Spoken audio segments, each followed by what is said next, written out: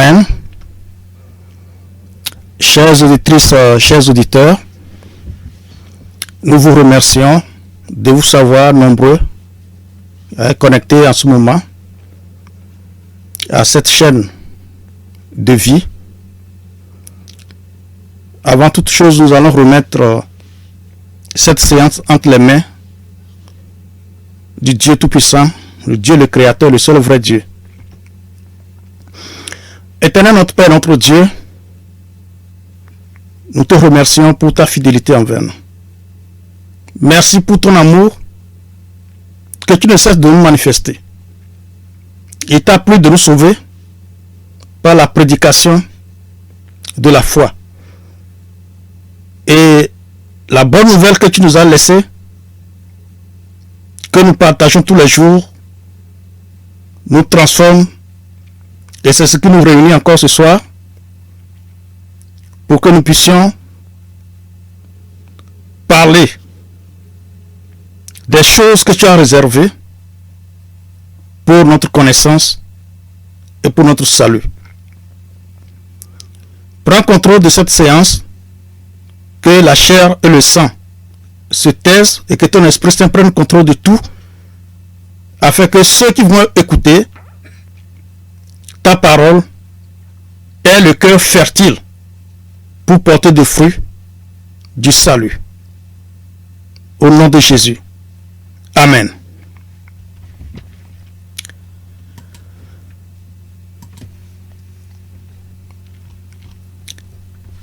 Soyez une fois encore les bienvenus en direct comme ceux qui vont suivre cette émission en différé. Nous vous saluons au nom de Jésus et nous espérons que vous persévérez dans l'écoute de cette parole. Nous sommes conscients qu'il y a des choses qui sont difficiles à comprendre, mais tout ce que Dieu attend de nous, c'est l'obéissance, c'est-à-dire écouter sa parole qui seule nous sanctifie, nous purifie.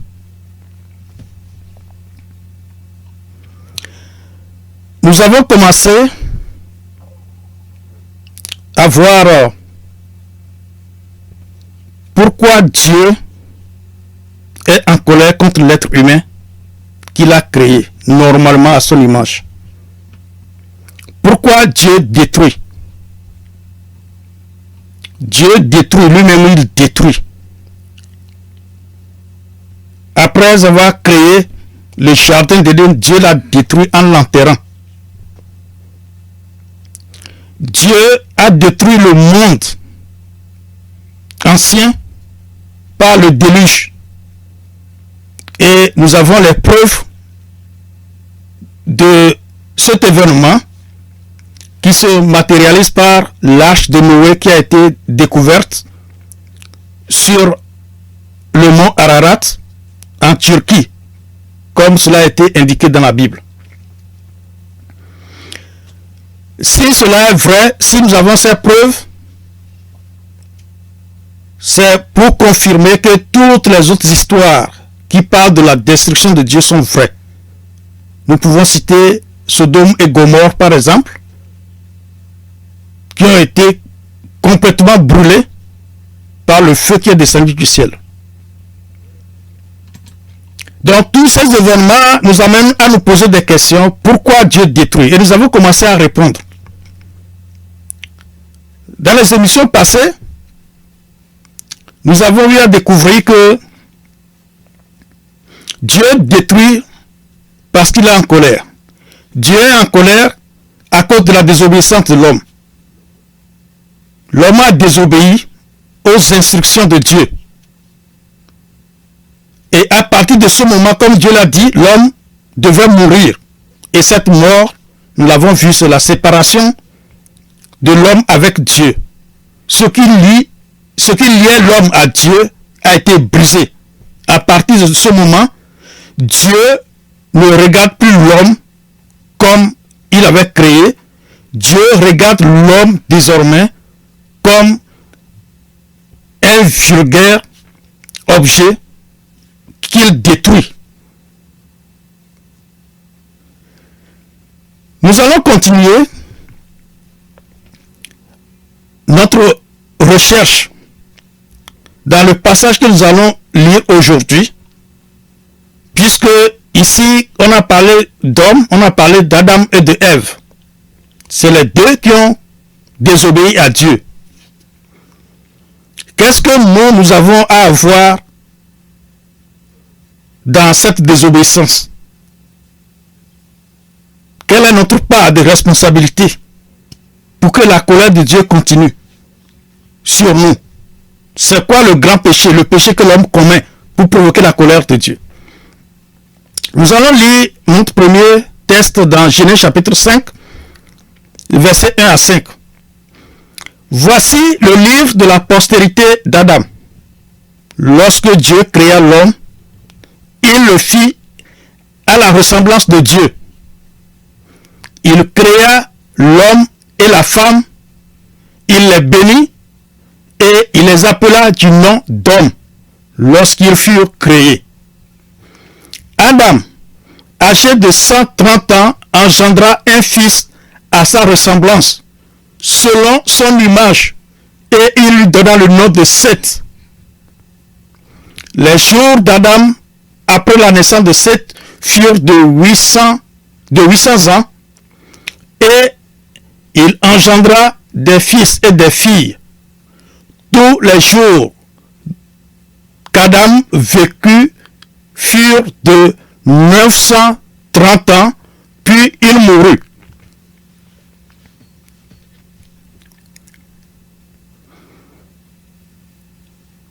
Essayons d'analyser très bien ce qui se passe ici. Le premier verset dit: lorsque Dieu créa l'homme, il le fit à sa ressemblance. Il le fit à la ressemblance de Dieu. Et je me dis personnellement que cette répétition est faite exprès pour attirer l'attention de l'homme qui lit ce passage sur certaines réalités, sur certaines vérités. Je reprends: lorsque Dieu créa l'homme, il le fit à la ressemblance de Dieu. Ça veut dire que Dieu avait créé l'homme pour être Dieu sur terre, comme nous l'avions déjà dit. Et nous avons vu que l'homme s'est séparé de Dieu, comme Dieu l'a dit: le jour où il mangera ce fruit, il mourra. L'homme, après avoir mangé le fruit, a changé d'attitude, de comportement, qui démontrait que l'homme était mort. Et cette mort s'est manifestée par la peur qui est rentrée dans le cœur de l'homme. Ce qui veut dire que la relation entre l'homme et Dieu n'est plus une relation d'amitié, n'est plus une relation de père à fils, mais plutôt une relation d'inimitié, de crainte, de peur. Et on a peur de son ennemi, on a peur du mal, on a peur de quelque chose qui peut nous détruire. À partir de ce moment, l'homme se retrouve être ennemi de Dieu. La conséquence pour nous qui vivons aujourd'hui, c'est dans le verset 2, où il est écrit: il créa l'homme et la femme, ok, il les bénit et il les appela du nom d'homme lorsqu'il fut créé. Et le verset 3 qui se dit: Adam, âgé de 130 ans. Donc c'est plutôt le verset 3 qui montre la conséquence pour nous qui sommes sur terre aujourd'hui. Le verset 3 dit: Adam, âgé de 130 ans, engendra un fils à sa ressemblance, selon son image, et il lui donna le nom de Seth. Pourquoi je dis que ce passage est la manifestation de la conséquence du péché d'Adam sur nous aujourd'hui? Dans le verset 1, comme nous l'avons vu, Dieu a créé l'homme à son image. Donc, on a précisé, Dieu a créé l'homme à l'image de Dieu, à la ressemblance de Dieu. L'homme ressemble à Dieu. C'est ce qui est créé. Mais lorsque, après le péché, puisque l'homme a commencé à se multiplier sur terre, après cette désobéissance-là, donc après cette mort spirituelle. Alors, lorsque Adam a commencé à engendrer, la Bible dit au verset 3, Adam, âgé de 130 ans, engendra un fils à sa ressemblance, selon son image, et lui donna le nom de Seth. Ce n'est plus à l'image de Dieu. Donc nous devons vraiment surligner ce passage. Nous qui sommes sur terre aujourd'hui, l'homme de notre époque, du moins l'homme après Adam et Ève, tout ce qui est né à l'image d'Adam, à la ressemblance d'Adam. Ce n'est plus à l'image de Dieu, ce n'est plus à la ressemblance de Dieu. Ce qui veut dire que l'homme qui est né après la désobéissance n'est plus à l'image de Dieu. Donc il est né à l'image de l'homme péché. Par conséquent, tous les hommes qui naissent d'un homme et d'une femme, toutes les femmes qui naissent d'un homme et d'une femme, ne sont plus à l'image de Dieu. C'est la raison pour laquelle ceux qui prétendent qu'ils sont à l'image de Dieu, en se basant sur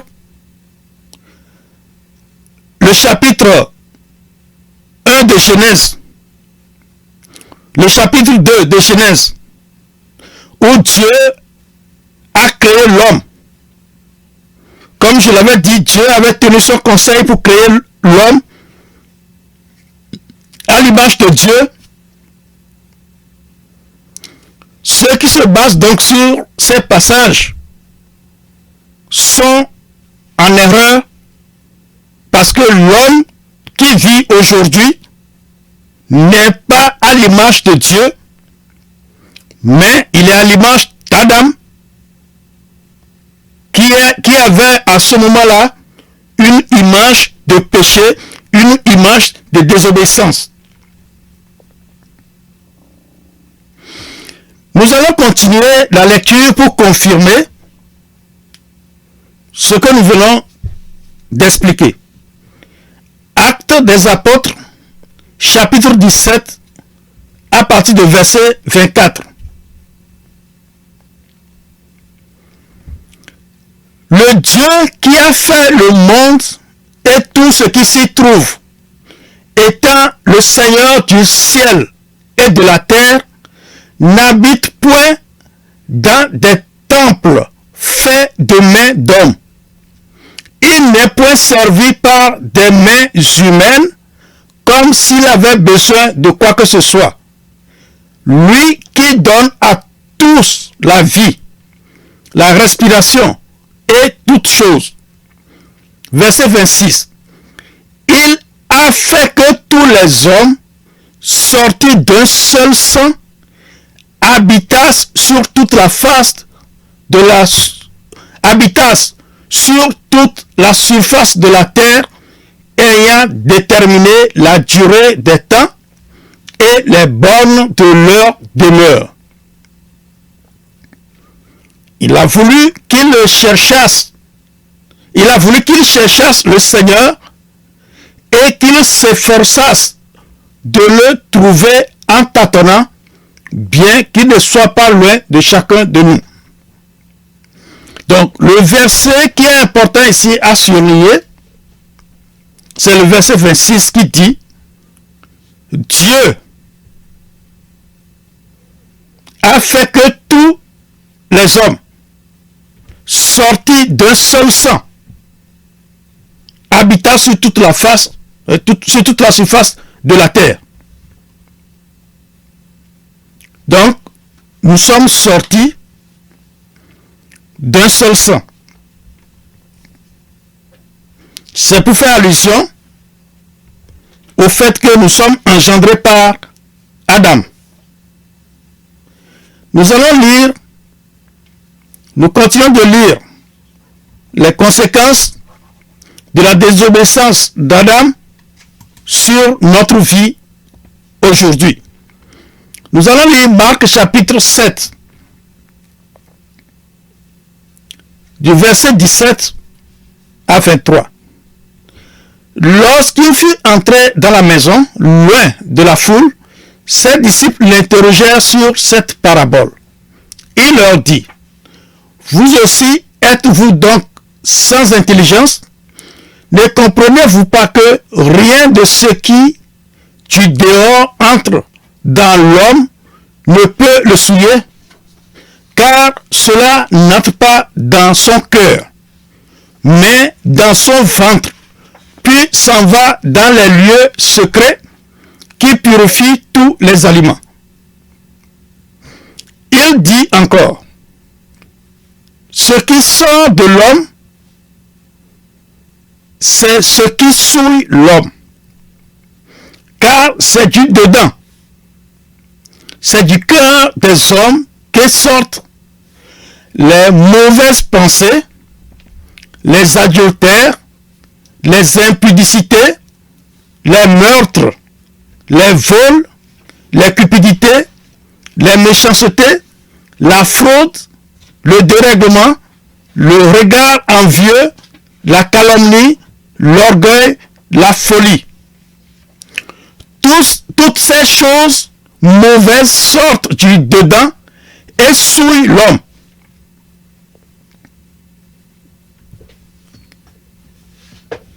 Ce qu'on nous dit ici,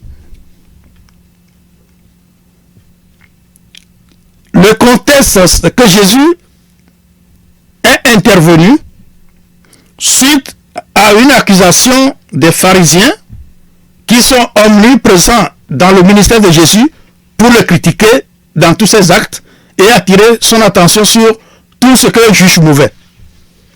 Donc les disciples ont mangé sans être lavé les mains. Et pour les Juifs, c'est un grand péché. Mais Jésus a dit non, c'est pas ce qui rentre par la bouche qui souille l'homme. Car ce qui rentre, quand on mange, l'aliment est broyé et va dans les lieux secrets pour être transformé. Et puis, le déchet sort. Ce sont les éléments nutritifs qui restent dans le sang. Jésus dit que c'est pas ça qui souille l'homme. Mais ce qui souille l'homme, c'est ce qui vient de son cœur. Le cœur sur lequel nous n'avons aucun contrôle. Et il a cité en exemple tout ce qui vient du cœur. Et il a dit le verset 21 à 23, car c'est du dedans. C'est du cœur des hommes que sortent les mauvaises pensées, les adultères et tous les péchés que nous avons cités. Jésus dit, ce sont ces choses-là que nous avons citées qui souillent l'homme. Ce n'est pas le manger qui souille l'homme. Un autre passage, Matthieu 15, à partir du verset 17. Jésus dit, ne comprenez-vous pas que tout ce qui entre dans la bouche va dans le ventre, puis est jeté dans les lieux secrets? Mais ce qui sort de la bouche vient du cœur, et c'est ce qui souille l'homme. Car c'est du cœur que viennent les mauvaises pensées, donc il répète la même chose ici, les meurtres, les adultères, les cupidités, les vols, les faux témoignages, les calomnies. Voilà les choses qui souillent l'homme. Mais manger sans être lavé les mains, cela ne souille point l'homme. Ce que la Bible nous dit ici, c'est que le péché que l'homme commet ne vient pas de la nature ou bien de tout ce que nous faisons. On ne naît pas avant de devenir pécheur, puisque nous naissons directement avec le cœur. Lorsqu'un enfant naît sans cœur, cet enfant ne pourra pas survivre. Donc le cœur fait partie de notre corps, de la formation de notre corps. Donc le bébé qui naît avec son cœur. Et la Bible dit, c'est du cœur que viennent les péchés. Ce qui veut dire qu'un enfant qui naît, les péchés sont déjà dans son cœur. Nous allons voir un autre exemple dans Jérémie 17, versets 9 à 10.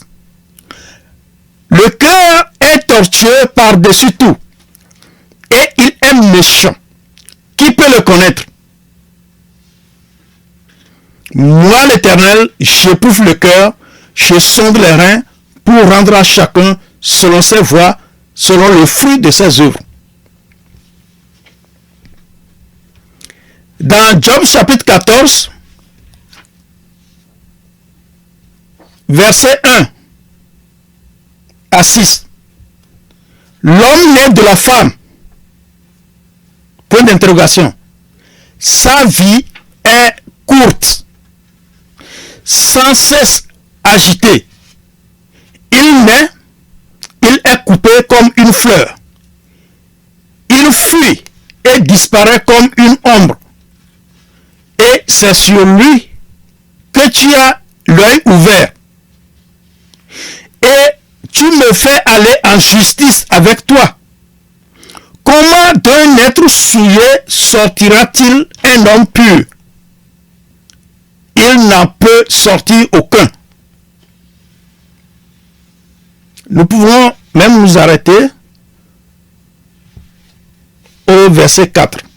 Le verset 4 nous dit, comment d'un être souillé sortira-t-il un homme pur? Il n'en peut sortir aucun. Et tout ceci, c'est pour nous dire que l'homme qui naît d'une femme naît avec le péché. Ce n'est pas après la naissance qu'on devient pécheur. Tu nais avec les grains de péché dans ton cœur. Et certains hommes de Dieu ont donné des images. Par exemple, il y a un autre qui a dit que le cœur de l'homme est comme le fruit de papaye, à l'intérieur duquel il y a beaucoup de grains. Ce sont ces grains qui tombent, qui peuvent pousser et produire d'autres fruits de papaye. Il y a d'autres qui l'ont comparé à un citronnier qui produit des fruits. Pour certains arbres qui ont un sol fertile, ils peuvent produire des fruits, beaucoup de fruits. Ils peuvent produire 100, 150, 200 fruits. Mais pour d'autres, ils produisent seulement 2 fruits. Il peut même en avoir un fruit, un seul fruit de produit dans une saison. Que l'arbre produise 100 fruits, 200 fruits, 300 fruits ou un seul fruit, c'est un citronnier. Son fruit, c'est le citron. Ce qui veut dire que le péché que tu commets vient de ton cœur. Le péché que tu commets est déjà dans ton cœur. Les grains, ces grains sont déjà dans ton cœur. Nous allons lire quelques passages avant de développer davantage ce que le Seigneur veut dire concernant le péché de l'homme. Nous avons lu le psaume 51, le verset 5 qui dit « Voici, je suis né dans l'iniquité et ma mère m'a conçu dans le péché. »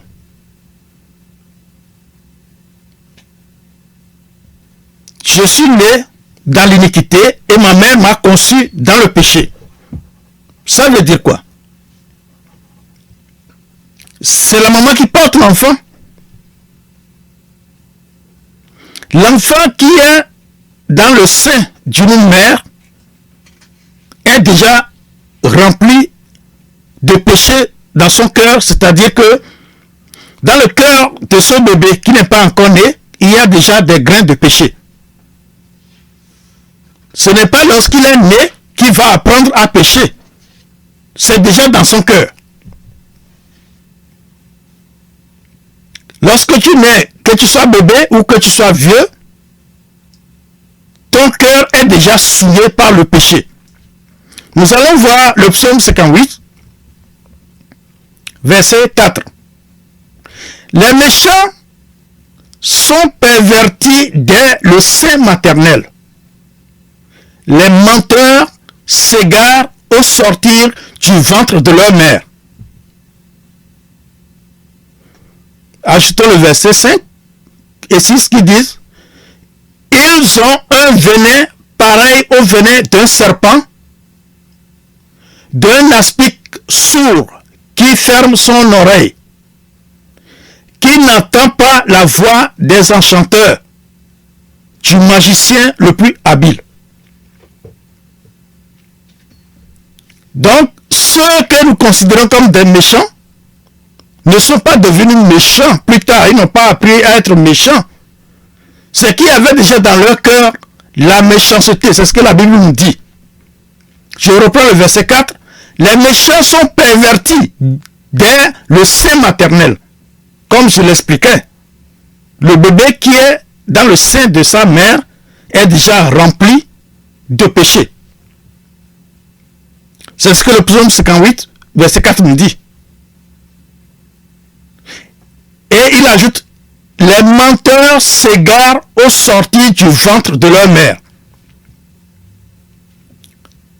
Le menteur ne vient pas apprendre à mentir. La Bible dit, dès qu'il est sorti du sein de sa mère, il est déjà rempli de mensonges. Le grain de mensonge est déjà dans son cœur avant qu'il ne naisse. Ce que nous voyons, le mensonge, le vol, l'adultère, tout ce que nous voyons, sont la manifestation de ce qui est déjà dans le cœur de l'homme. Nous allons ajouter un autre passage dans Matthieu chapitre 7, à partir du verset 15. Donc nous allons lire à partir du verset 15. Matthieu 7. Gardez-vous des faux prophètes. Ils viennent à vous en vêtements de brebis, mais au-dedans, ce sont des loups ravisseurs. Donc au-dedans, à l'intérieur d'eux. Vous les reconnaîtrez à leurs fruits. Cueille-t-on des raisins sur des épines ou des figues sur des chardons? Tout bon arbre porte de bons fruits, mais le mauvais arbre porte de mauvais fruits. Le verset 21. Ceux qui me disent Seigneur, Seigneur, n'entreront pas tous dans le royaume des cieux, mais celui-là seul qui fait la volonté de mon Père qui est dans les cieux. Plusieurs me diront en ce jour-là, Seigneur, Seigneur, n'avons-nous pas prophétisé par ton nom?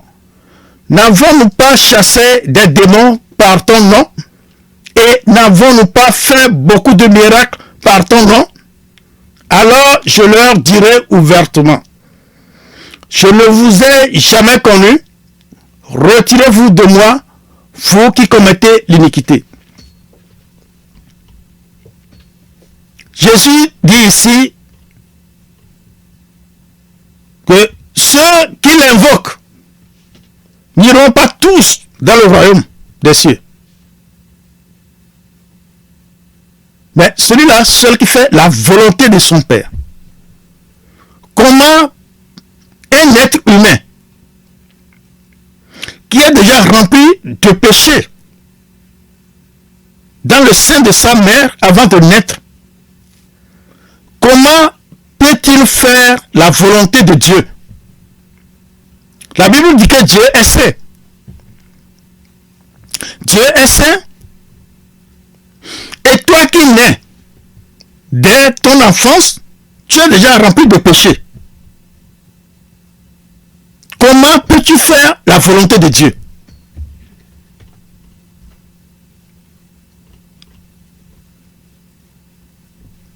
Nous allons ajouter un autre passage, Ésaïe 59.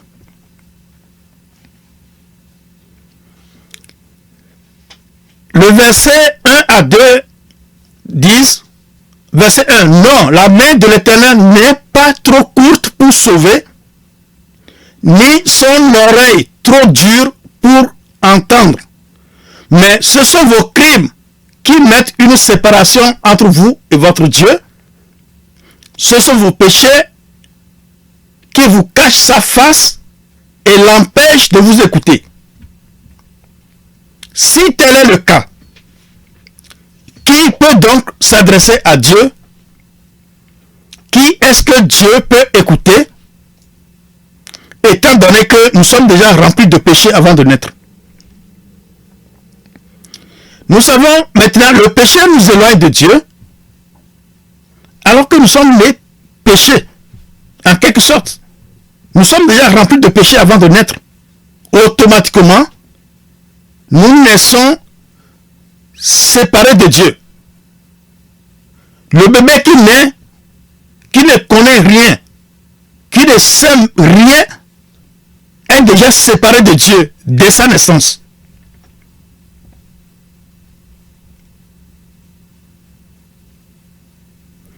Que tu sois bébé ou que tu sois un vieillard, Dieu nous regarde de la même manière. Dieu regarde seulement le cœur qui est souillé de péché. La différence entre le bébé et le vieillard, c'est que le vieillard a déjà fait fructifier ses péchés. Le bébé n'a pas encore commencé, car ses membres ne sont pas encore développés. Il n'a pas encore assez de force pour mettre en application les péchés qu'il y a dans son cœur. Alors que le vieillard a déjà usé de ses péchés. Puisque l'homme n'a pas de contrôle sur le cœur, ce n'est pas l'action ou bien la volonté de l'homme qu'il utilise ce péché. Ce n'est pas par la volonté de l'homme que l'homme est séparé de Dieu. Cette séparation lui a été imposée par le péché d'Adam. Donc nous naissons innocents, entre griffes, alors que au-dedans de nous, il y a une souillure sur laquelle nous n'avons aucun contrôle. Donc il nous faut bien comprendre l'état de l'homme, la nature de l'homme dès sa naissance, pour comprendre que ce n'est pas par nos efforts que nous pouvons être sauvés. Tu ne peux pas être rempli de péché et prétendre faire du bien. Tu ne peux faire aucun bien. Que tu jeûnes, que tu fasses l'aumône, que tu jeûnes 30 jours, 40 jours, 50 jours, 60 jours, ça ne changera rien. Le péché est dans ton cœur.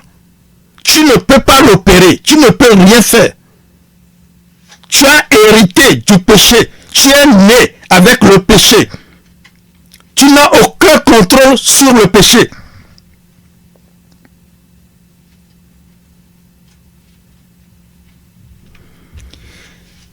Lorsque les disciples ont compris, ils étaient confus. Alors ils ont demandé à Jésus, qui peut alors être sauvé?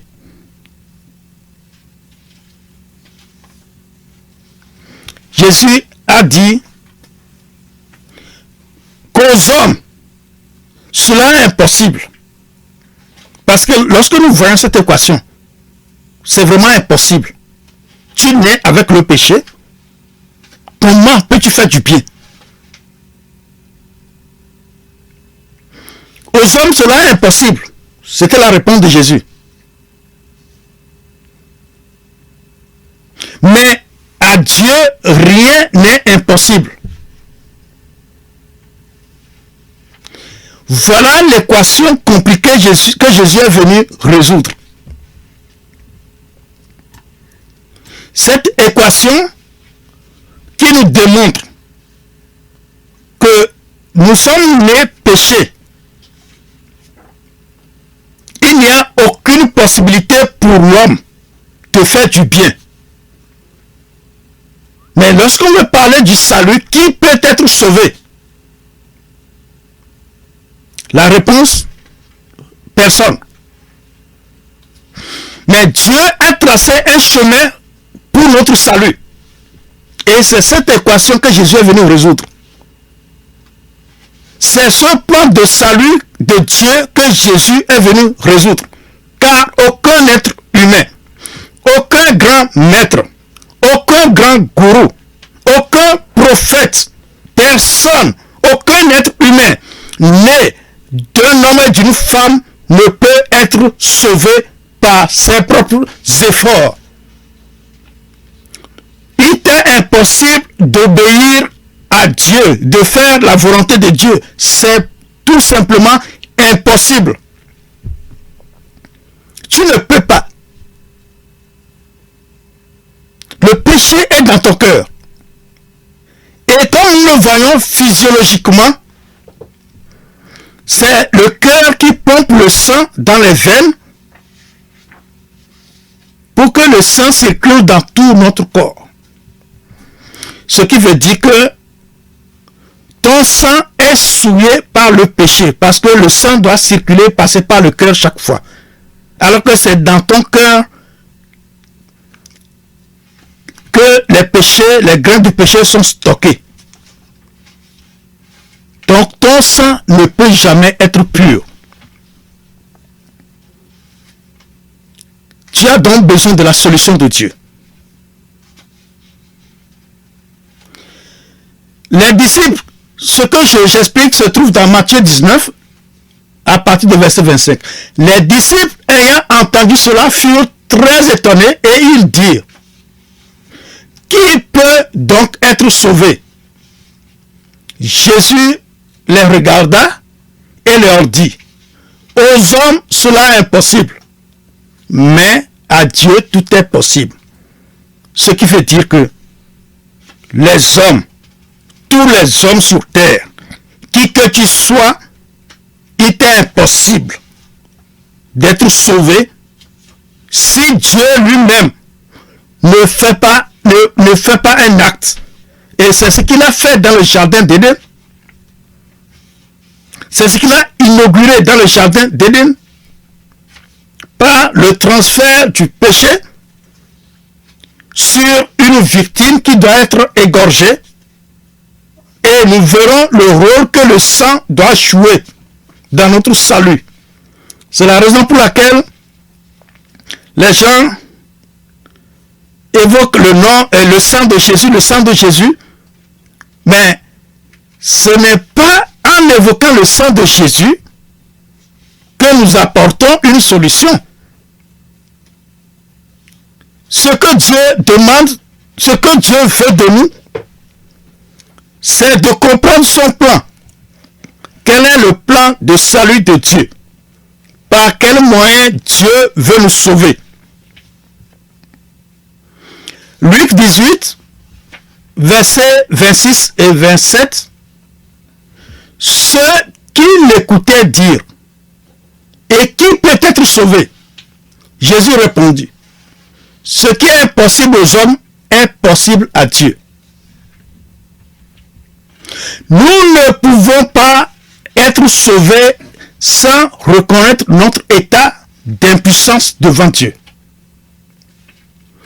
Jésus n'est pas venu pour nos richesses, nos voyages, nos richesses matérielles, le bien, le succès sur terre. Jésus n'est pas venu pour ça. Alors, si tu viens à l'église, ou bien tu pries avec une telle motivation, il faut savoir que tu n'es pas encore sauvé.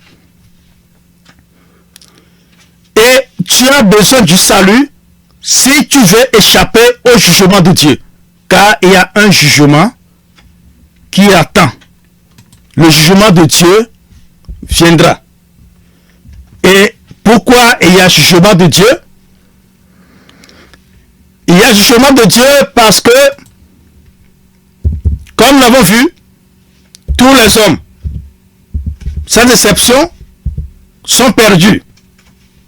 Aucun ne peut être sauvé. Sauf si Dieu le veut. Et la volonté de Dieu, c'est le plan du salut qu'il nous a laissé. Et c'est de ce plan que nous parlons depuis un certain temps. Notre salut ne dépend pas de ce que nous faisons, de ce que nous disons, de ce que nous pensons.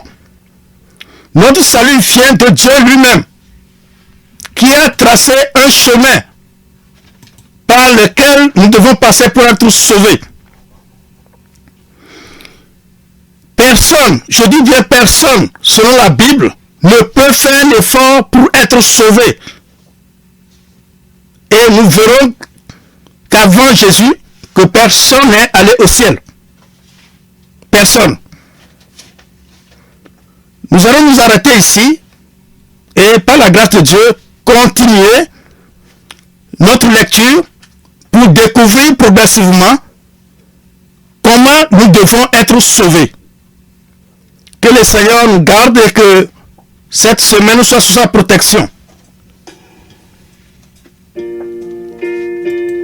Père éternel, nous te rendons grâce, car toi seul es Dieu, le seul vrai Dieu, et tu nous as accordé ton salut gratuitement. Aide-nous à comprendre ton chemin du salut. Aide-nous à comprendre ta volonté, car selon Jean 17, verset 3, le salut ou la vie éternelle ou le paradis, c'est que les hommes te connaissent, toi le seul vrai Dieu, et Jésus-Christ que tu as envoyé. Aide-nous à comprendre cela et garde-nous, Seigneur, dans ton amour. Dispose nos cœurs à recevoir ce message du salut pour être sauvés selon ton plan, au nom de Jésus. Amen. Soyez bénis et que la grâce de Dieu repose sur chacun de nous. Merci.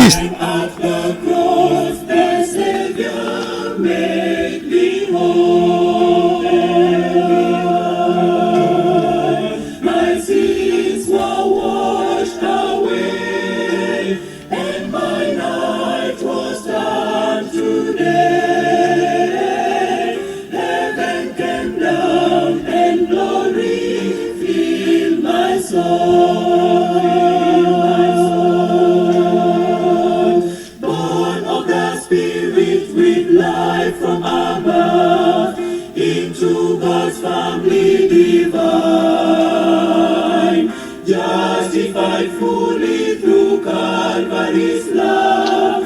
Oh, what a standing